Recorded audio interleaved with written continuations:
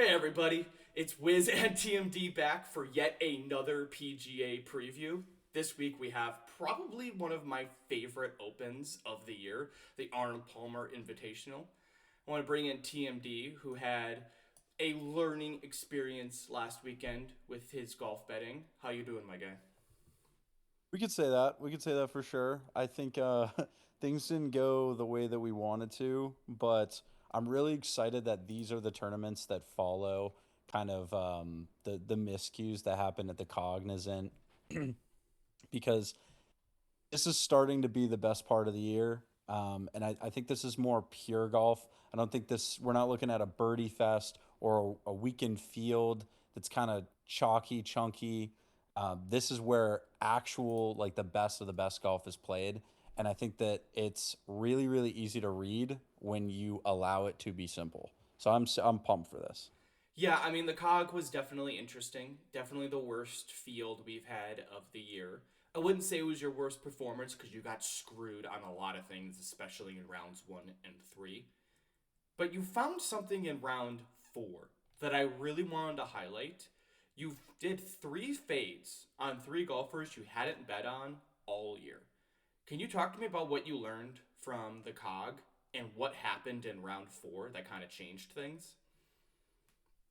Yeah, I always really appreciate when DraftKings allows you to bet on the round scores and just a lot of players in general. You don't see that on FanDuel. You won't see that on MGM or like Caesars. Sometimes Bet365 is pretty friendly with it. But when you get to rounds three and four, DraftKings will include the entire field almost like based on their score because, they've done well in the week. And that allows you to exploit the fact that, like, you weren't able to bet on this player because he sucks. And it's easy to just find a moment where, okay, fade. So when they're including these players, because, for example, Jimmy Stanger was like, I don't know, 12 under or something, like, that's not sustainable. You can see the patterns. You can expect regression from putting, much less ball striking, but in certain cases, ball striking as well. And that's exactly what happened. Higo was a joke of a line. I don't understand that. At his best, he wasn't getting five birdies, and he ended up getting one here in the last round. I mean, he wasn't offered all week. That was nice. And Jimmy Stanger, who I just want to talk to the people that might be listening to this.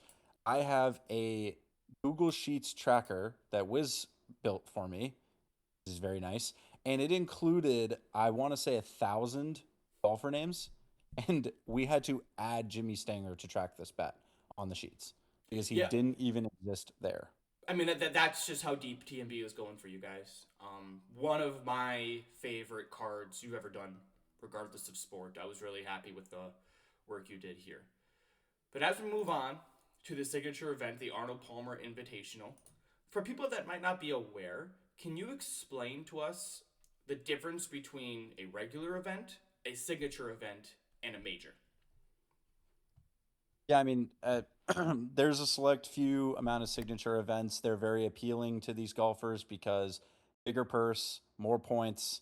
There's a lot more reward that comes from it, and naturally with these regular events, you're almost playing those to get into here. There are folks that do not have exemptions that are not already played in, like the top golfers that had to fight their way back into it.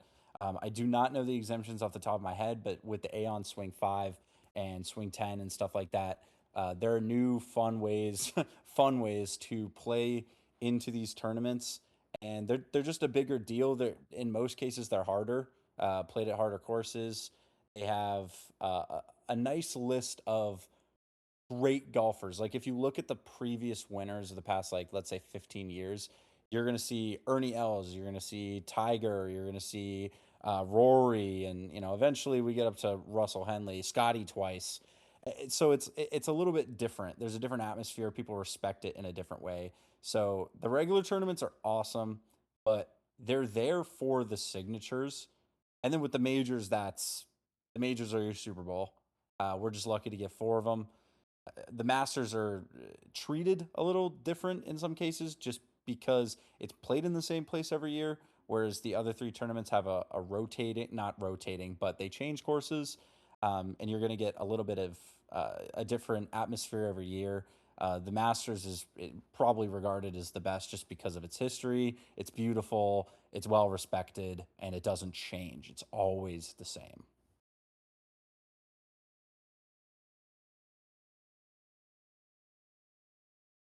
Muted.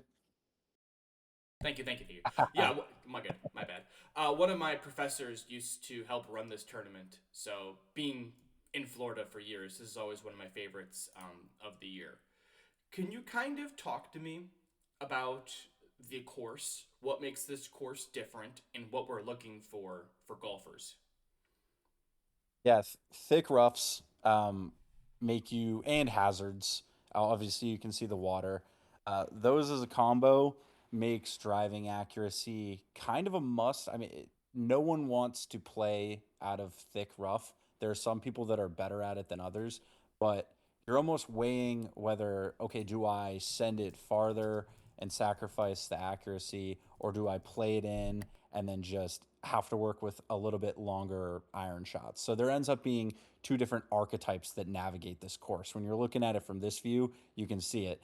Do we want to be accurate and play it a little bit more strategically, like a Russell Henley last year, or like a Scotty? Well, Scotty's kind of a perfect archetype for this course, but or do we want to play it like a Kurt Kitayama when he won? You know, you're using distance and really getting down there and hitting long shots.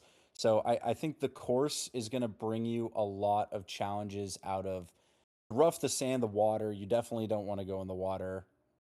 Everyone knows that. It and I feel like these hazards just find the right places to be because Yeah, I so think the many rough water is ones. going to be the biggest factor, at least from any course that we've seen this year so far, correct? Yeah, I mean, I guess aside from the bear trap last weekend, we because that had the more water hazards. This has, you know, when weather plays into it, wind gusts and things kind of catch you off guard. The water, you will find the water. Well, I do want. I know this is not normally something we talk about in these tournament previews, but I do want to mention the weather really quick. There is a chance of rain every single day this weekend. High temperatures and wind gusts of 20 miles an hour in the first couple rounds. Does that impact how you're going to bet and who you're going to bet on, at least in the first two rounds and your pre-tournament bets? Absolutely. I think what's the most important when looking at the rain is when it happens, because if we can and I think it is afternoon. I think it's later on, evening showers. I could be wrong about this. I do my weather reports on Wednesdays, but that's what I heard today, and that is great, Wiz, because what that's going to allow is if we have you know, maybe 4 p.m. and on showers, that is going to soften up the green a lot for the people the next day. And if it's rains over and over and over, you're looking at a much softer plant like surface on the green. That's going to allow scoring to be up by I mean, a lot for Bay Hill standards, and it's going to shake up the lines a lot. And I think that if it truly does soften it to a level where people are able to stick it a little bit easier, slow it down on putts, you could really rip off Vegas with some low lines on some of these headliner golfers. Yeah, I'm excited because obviously, as we've mentioned before, this is going to be one of the most stacked cards of the year. Scotty, Siwoo, Hideki, Ben Griffin, Xander, all golfing today. Ryan, Roy McIlroy, your boy Shane Lowry is up here in the rankings. Obviously, like every tournament, there is not a course where ball striking and approach doesn't matter a ton. But what are some supplemental things that we are looking forward to when we're targeting golfers at this specific event with the weather conditions? I would say total driving. A part of me wants to say just driving accuracy, but no, it's got to be total driving. It needs to be a mixture between driving distance and driving accuracy, just because if you can gain off the tee here, it's one of the hardest courses to gain strokes off the tee. If you can do that, you're going to be in a good position. That's going to supplement approach really, really well. Ball striking stat in general just matters. I think you do have to have a complete game here. We've seen a lot of bad or I guess shaky putters still get it done here and win. I mean, you So said I'm putting, and not I gonna just got sorry. You just said putting, and I got PTSD from last weekend. I'm sorry. You right because you that just put that me into was shock. absurd. There are a much, and I was gonna mention this, so much better to see a course where you're going to see a lot more people make it within 10 feet. That was like a rarity on Thursday and Friday. I felt like no putts were going in. So here it's going to be a little bit easier to make those kind of layup esque putts. The longer they go, yeah, it's going to be a little bit harder. But we're going to be able to see guys that like a Siwoo. I'm really I wrote this in my article. Like I'm looking at you, Siwoo, because he's priced in on DraftKings in a way where you wouldn't even believe.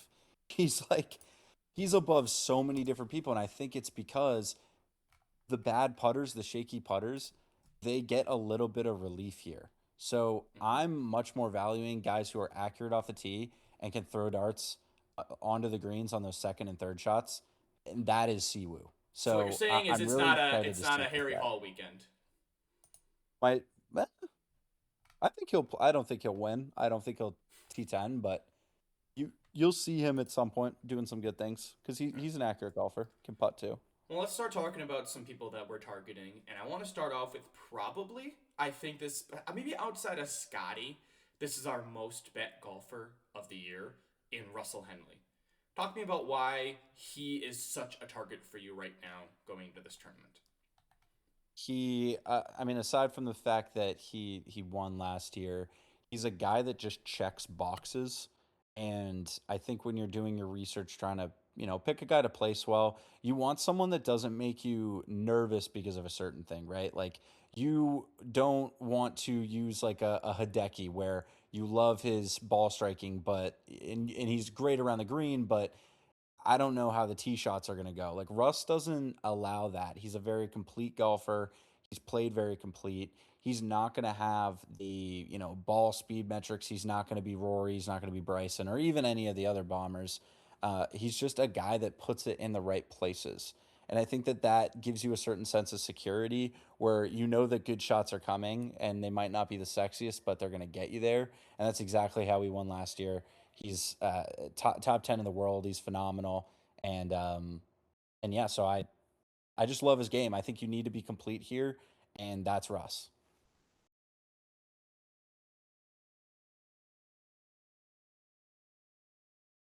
Muted again. That's strike two. That's strike two. I get one more strike left on the mutes. I'm not allowed to mute for the rest of the day. I this mic bothers me sometimes. Um, yeah, I mean Henley's made us a ton of money this year, consistently making cuts. Not somebody that's gonna double very often and destroy around. Um, I would say on the year, he's definitely the most consistent golfer. Like even Scotty has had god awful rounds and then he's had to recover from. But you can really trust Henley here. I might be looking at a top finish for him. But I want to talk about Tommy Fleetwood. Probably one of my favorite golfers on the year so far. While his ball striking is great, his recovery shots have really stood out to me, whether it's been sand shots, whether it's been just slightly off on irons, because he's gotten into a lot of one putt situations where other people would have bogeyed or had worse holes. Talk to me a little bit about Fleetwood and why you like him as well in this tournament. Yeah, I think. I mean, coming in, he's a top five golfer, so he's going to make a splash here. But I think on Monday, when I was really looking into the field and like what I liked, saw a post that talked about different trends for API, and it was stuff like ranked top 10 in the field for putts per green and reg, top 10 finish in the last 8 weeks, ranked top 10 in the field for par four scoring and like strokes gained on approach and all this kind of stuff. And it was I think 9 different categories, and the only person in the field that fit all of them is Tommy. And I think that's just because like what I was saying earlier, you need a complete golfer. Tommy is that elevated version of a complete golfer. Again, he's like Russ. He's not a bomber, but everything you're seeing on your screen right now is green.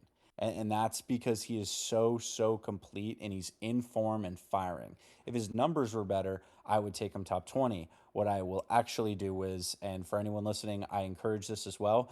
After round one, see what the top 10 numbers are. Like, because I think he's getting like plus 160, plus 170 now. If you can get him north of 200, that's just upgraded. We love, like, if I can get a plus 250 for top 10 after round one, I'm taking it right away Yeah, I because mean, I top want to 20 be in the both guy. tournaments so far this year. Like, he's been demon. He's been great at this tournament too, albeit not, Rory in his course history here, or Fitz, or Corey Connors, but he's been good. Well, speaking of Rory, that was the next person I wanted to mention. Currently ranked number 3 in the world right now. One of the best bombers in the entire tournament. Somebody that saves strokes based on being able to get it 300 plus yards consistently. He might be, outside of Scotty, the best driver and ball striker in the PGA right now. Would that be an accurate thing to say? Yeah, he's easily number two, and I think I'd even be crazy to say, but right now I would weigh Rory better than Scotty. It's Oh, he's had a uh, better some year of the than things. Scotty, 100%. Well, and not even so much as that, but like I would just rank him ahead this tournament, whereas Scotty's getting the love analytically everywhere. I think that both of them have great course history here, but like Rory, like 15, 21, 2, 13, 10, 5, 6, 1, 4, dating back to 2017. That's crazy. He's nuts. He does everything well. I'm a little bit worried about maybe him having his classic like double bogey hole, but he, aside from that, he's a great archetype for this tournament, and he's shown it every single year. While I know we both like Roy in this tournament, do you ever get to the point where you're like, you don't see the value anymore? Like, Rory is currently minus 106 for top 10. Is that just somebody you're just like, all right, unless his lines go up after a bad round one, or his round score, his birdies, or whatever are near the field, is that just somebody you were like, well, while I love him, the lines are just too bad? I think earlier in the week there was outrights that gave him like 10 to 1, and there I'd say like that's fine. You don't see a lot of people taking 10 to 1s, but for Rory in this position, I felt like that was okay. Once it dipped down and got closer to like Scotty's number, I was like, well, there's nothing you can do. There's just not enough value. It's not worth it. It's not like Rory's like God who wins every week. So I don't really think it's worth it there. But Because yeah, I in think my opinion, uh, pre-tournament, like Roy might be somebody I might target if his round score is similar to others. But pre-tournament, I think Matt Fitzpatrick has just as good odds to do well as Roy, and you're getting him for what, double the price right now? Plus 175 for top 10 and plus 2,000 for a winner. Like, I really like what I'm seeing from Fitzpatrick so far. yeah, it's weird. He's been so good striking and has lost the feel with the flat stick, which is almost, the opposite, not dead opposite, but it's not what we're used to with Matt Fitzpatrick. So if you're gonna bet him this week, you're banking on one that he is a course horse, and you're predicting that he is going to navigate the course and ball out like he has. But this might be the perfect week to bet him, just because you don't know, maybe that putter's going to come back, and that's going to make him a complete like beast. As that was the one thing that he had lost, and now he's doing it and not doing the putting part, and it's really confusing. But as we always talk about, putting's volatile, and it can come back and it can be gone any second. So if he actually gains strokes putting this weekend, that could be seriously dangerous, because I think he'd run away with the tournament with the way he's playing, at least. In the last 2 months, on 3 of 4 greens, he has failed to gain an average stroke of more than like a half on bent, POA, and POA trivialis. But Bermuda, he's gaining a stroke and a half per round. This is why putting greens matter, especially for somebody who has struggled so far in the year with putting. This could be the tournament where it all comes together for him, because Really, it's only been like he struggled in the Genesis late, and then he had one blow up round. What did he have that one blow up round earlier this year? It was in the Amex. Yeah, he shot a 74 in round four. Like outside of that, compared to the field, he's been pretty phenomenal in my opinion. Like this is definitely somebody out of like the big boys of Scotty, Roy, Fleetwood, Scheffler, Xander. Sorry, you know me and my names. I'll just say Xander and Fitzpatrick. I think Fitzpatrick has the best value in my opinion. They opened it 27-1 too, so Uh, we're a little bit late. It's a really popular pick. I know and we're Pat doing may this a have day early endorsed too. him. We do this on Wednesdays. I know, yeah. So that's one that you had to get in early. He's heavily tipped and for good reason. Yeah, it'll be interesting. I think it's a good spot for him. The last thing I wanted to mention was Keegan Bradley and Corey Connors both have had phenomenal tournament histories here. Which one out of the two do you think will repeat and have a better finish? To pin them against each other, I'd have to go with Keegan just because I don't know exactly what's going on with Corey right now, and I'd like to think that Corey Connors plays well. In fact, I had in my DFS sleeper articles, you have to value the course history to a degree. Like it's the same thing that happened at the Farmers with Finau at Torrey Pines. It's like he knows the course, and so what does he do? He gets the worst odds ever. Everyone writes him off, and then he ends up balling out. So I see that as a possibility for Corey, but I have to lean Keegan. Um, been watching him a lot on the TGL. He hasn't had the best start to the tour season. I think a lot of people could have expected that. Father Time kind of getting to him, but he's he's good enough for it. I think he'll oust Corey unless Corey just I don't know snaps back into it. Which you never know with golfers. That'll happen. That could happen at any point. And for me, I would rather wait for that moment to happen than predict it's going to happen. You know?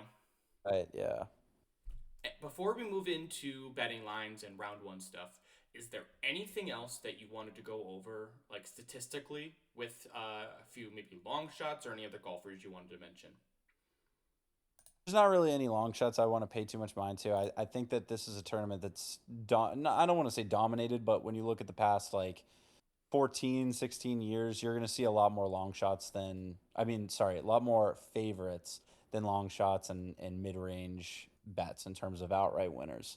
Mm-hmm. So I'm more focused at the top of the board, maybe the first, 15 names than I am with, anything else.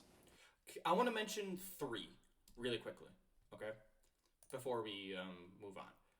Colin Morikawa finished second last year, correct? Yes. I've really, really liked him at Pebble Beach and Genesis. In my opinion, at least from my eyes, this isn't data related. I think he's the best ball striker in the tournament right now, in the entire tour. Like he is up there with how close he's getting it to the pin. Has moved up really high in the rankings just in the last couple tournaments. I think he's getting mispriced currently on some books. Maybe not a pre-tournament bet, but like rounds one and two, this might be somebody that I'm really looking at. Yeah, I was actually going to say the same. I wanted to put out an outright bet for him to the cord later, so that could be something that's expected. But he's the one guy that I'm really looking to bet fully and ladder up, probably. Mm-hmm. I just think he's super informed. I would disagree with the best ball striker, but he's a really good one and one that fits this course really well. The short game is a problem around the green and putting, but. Um, when I was listening into Rick Run Good today, he was talking a lot about how that could offset, and I fully agree with him there. So I think that Morikawa is a guy that I wouldn't mean mispriced maybe. I think he's definitely good value opposed to getting Matty Fitz at 20-1. I think this is a much better number and maybe a better golfer too. I wanted to mention somebody else next who is a good putter. Really been impressed by Jacob Bridgman this year. I think he's performed over expectation in nearly every single tournament. Had a really rough round four in the Genesis. I would have really loved for him to win that one, but I think he's going to come for revenge and have a really good outing this weekend. Yeah, I mean, it was kind of tough to see him withdraw. I would have loved an extra name in the field last week, but coming off of a win, um, I mean, we're due for regression. I think that this will be a pretty big test for him, but definitely a name that has surprised and been an early breakout. I mean, good putting, showed the approach, and that kind of led him to the W there a Yeah, couple weeks ago. by the way, I misspoke when I said he like didn't win. I'm not sure if I phrased that correctly. All I meant was is the fact that he played really, really conservative in round four in the Genesis. Like, Yeah, he walked away, I think, going into round four with like a four-stroke lead. Could have been a five-stroke lead. He killed it on Saturday, and I think Rory would have been able to have a conversation with him if he didn't miss so many putts. But it just allowed him to be up by so much to the point where two and three didn't really matter. yeah. And then the last thing before we get into betting, somebody wanted to mention. Talk to me about your boy, because as we mentioned, always ball striking matters. Um, he's been very up and down and inconsistent, but from a metrics perspective, this seems like a course in a tournament that he would do well Yeah, it is. I think it fits him well. I don't want people to not take Shane just because they think that he's like in his own head about the loss. He's a guy that handles things like that really well. It's also not his first rodeo with blowing it. Maybe not to that degree. I think that's probably the worst I've seen from him. in. But no, I think he's going to be back. I think he's going to work with his coaches, talk to his family, probably talk to Rory, and he's probably already back on track. So I think that he's going to have a great tournament here. Probably not win it, as we see that is kind of impossible for him sometimes. But we'll probably see a good finish out of him. All right, let's move on. Do we have any pre-tournament bets? I was looking for a bit. I don't think we do as of now Outright, because DraftKings is terrible.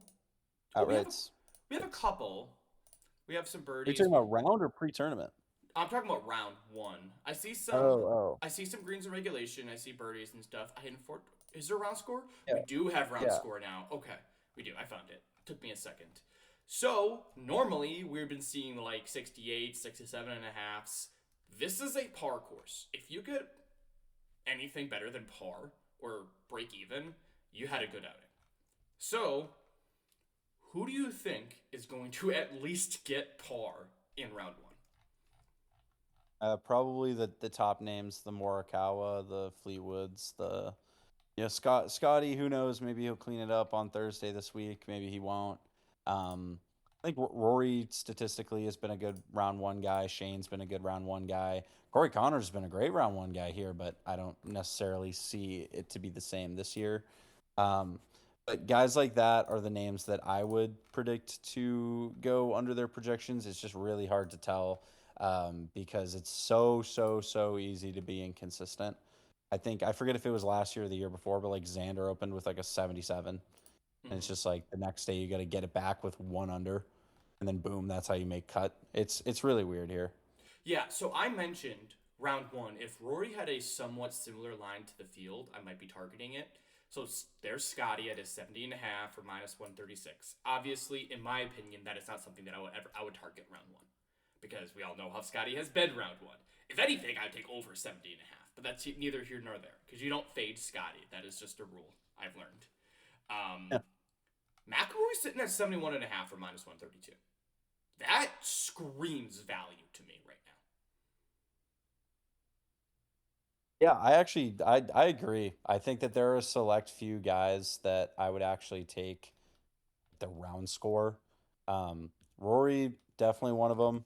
Last year shot a 70 in round one. Mm-hmm.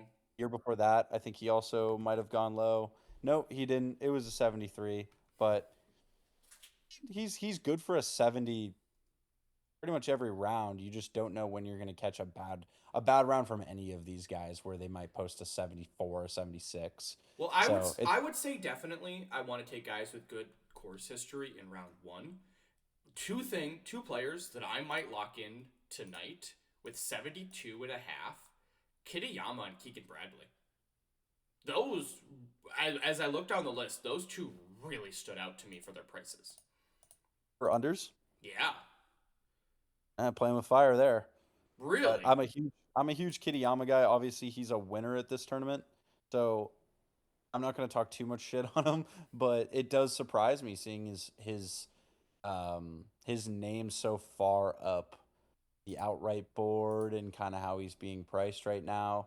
I think that he's good for it, but I'm very interested to see how he plays here again because I'm pretty sure he won and then missed the cut and then didn't play. So I think this might be his first tournament at Bay Hill back since 2024. Yes, I think you're correct. He placed second in Yeah. 2023, missed the cut in 24, and then in 25 he didn't play. I believe that's exactly how it went. So interesting to see what he's going to bring, but I mean he's played good. I mean he's Mm-hmm. been good this year. So I'm not going to throw too much shade at him. I don't want to talk about it too much because we're going to have an in depth conversation about it after we stop recording. Greens and regulations and fairways. I've been begging to start figuring these out. Is there a certain line in round one with bad weather conditions that you would consider unders for these? I mean I don't even think like weather's going to make it why.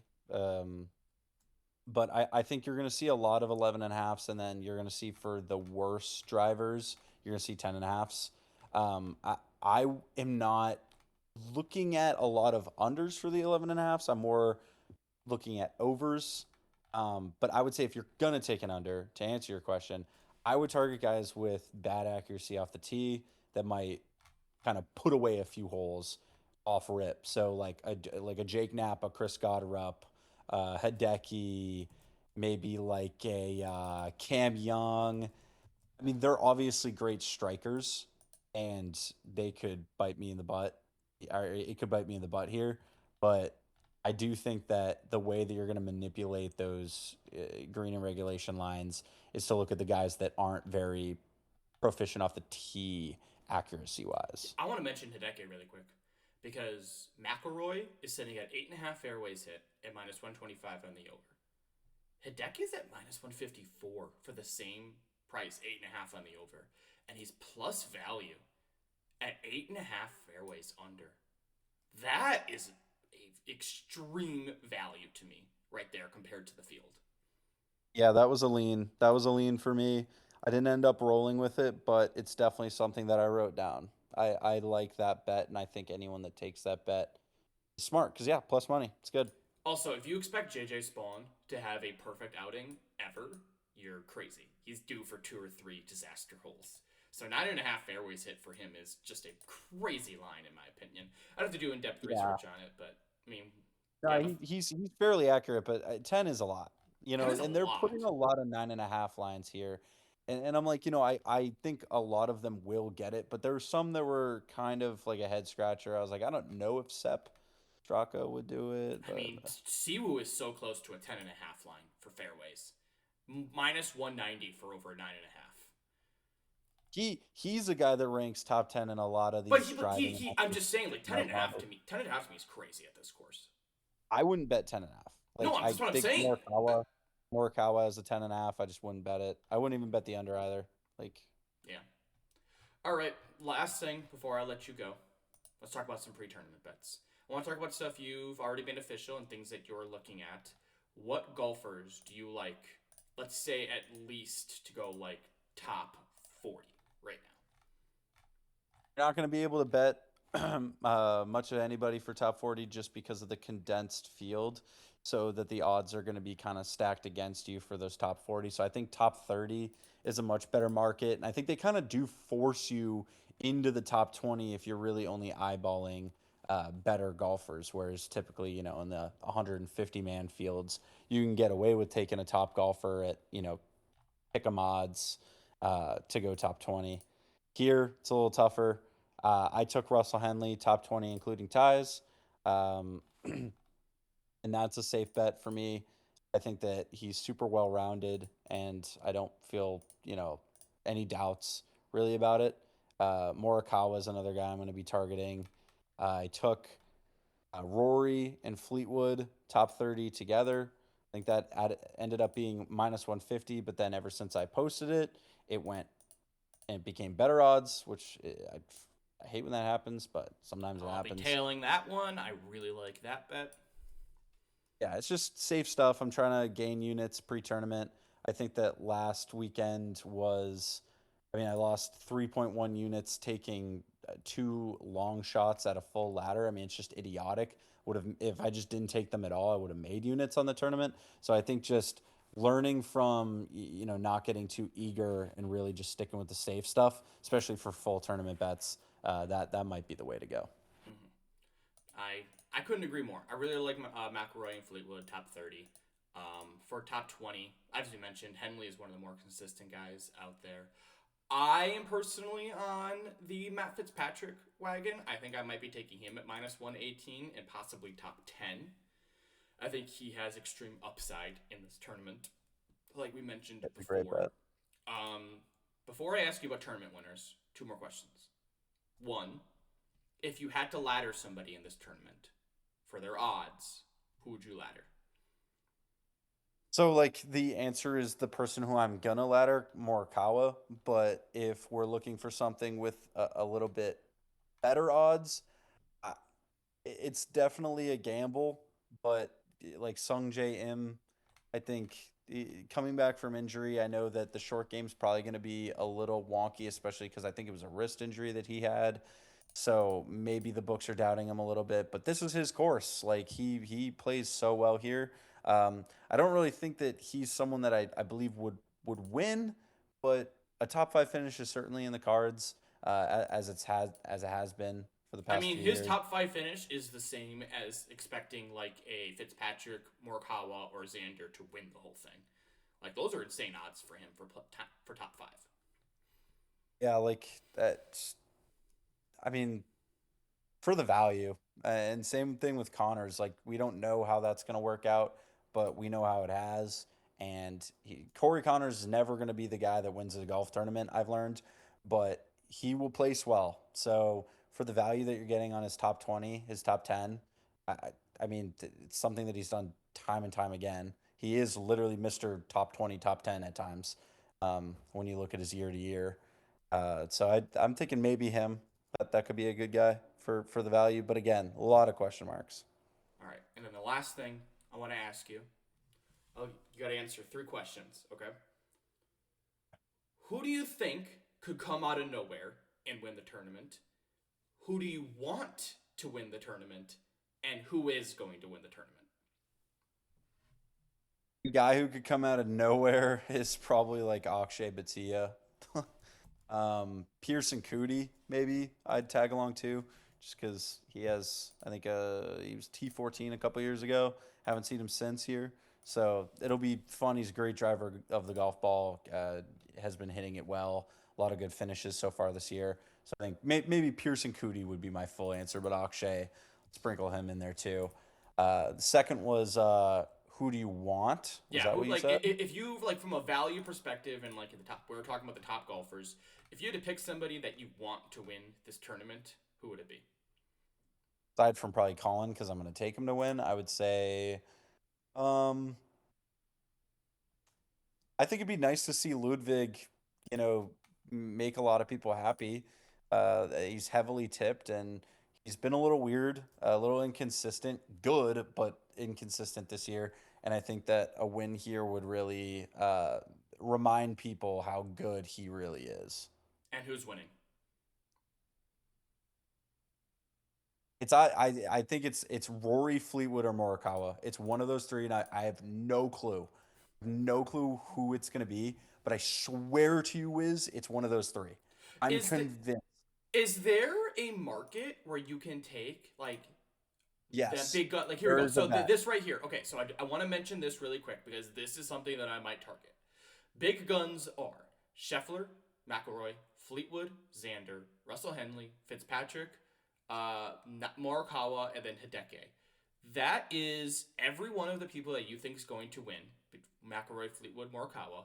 giving us Scheffler and giving us Xander and Henley, who can win at this tournament out of nowhere, and my favorite golfer this tournament in Fitzpatrick. For minus 112, I really like this for the big guns. The big guns versus the field bet, I feel like this year has been so weirdly priced. It's like, so you're telling me I can get Scotty Scheffler to win at 335, but then when you combine him with a guy who's plus 980, plus 1850, plus 20, like all these things, and then it just kind of becomes a pick 'em. Like that's the math is not mathing. So I do think this is a tournament where yes, we have seen long shots, we have seen mid range, but this is the big gun tournament. Aside from like Augusta, this is the big gun tournament. Yeah, and I mean, outside of Ludwig and Ashke, we really haven't mentioned anybody else outside of these guys right here. For minus like 12, like if I was confident in PGA, I'd put that two. I might put 2 units on that. That's just from a value perspective. You're absolutely right. The math just doesn't math on that. Yeah, this is the tournament to do it. I would say this is not the move. Like this bet, this market is not the move. Almost everywhere else, I think Riviera and Augusta, maybe like like I don't know, Torrey Pines probably are other places where I would take this, but other than that, nowhere. Gotcha. All right, that'll do it for this week. A little bit longer than normal, but this was a golf tournament me and TMD really, really wanted to discuss. If you have any questions, ask us in the comments or use the Ask Wiz channel and at TMD so we can answer those questions as well. Let's have a great and profitable tournament, and I'll catch y'all later. See you guys.